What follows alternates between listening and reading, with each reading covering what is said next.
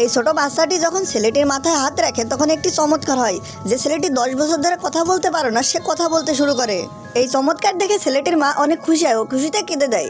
ছেলেটির মা পৃথিবীর সকল জ্ঞানীগুণী ডাক্তারকে দেখিয়েছে, কেউ সমস্যার সমাধান করতে পারেনি। তারপর এই বাচ্চা ছেলেটি কিভাবে এক নিমিষে তার সমস্যার সমাধান করে দিল। তারপর ছেলেটির মা জানতে পারে এই ছোট্ট বাচ্চাটিকে কেউ এখানে ফেলে রেখে যায় এবং কেউ তার দায়িত্ব নিতে চায় না। ছেলেটির মায়ের তখন অনেক দয়া হয়, সে তাকে নিয়ে যেতে চায়। তোমরা যারা আল্লাহকে ভালোবাসো তারা চ্যানেলটি লাইক, কমেন্ট, শেয়ার এবং সাবস্ক্রাইব করে পাশে থাকো। কিন্তু ছেলেটির মা জানতো না তার এই ছোট্ট সিদ্ধান্তই তাদের পরিবারে অনেক ভালো কিছু এনে দিবে। ছোট বাচ্চাটি যখন সেই বাড়িতে যায় তখনই বুঝতে পারে এই বাড়িতে কোনো একটা সমস্যা আছে। তারপরে এই ছোট বাচ্চাটি একটা জাদু করে। জাদু করার কিছুক্ষণ পরে দেখা যায় ওই মহিলাটির শাশুড়ি অনেক দিন ধরে অসুস্থ ছিল, সে সুস্থ হয়ে গেছে। মহিলাটি অনেক অবাক হয়।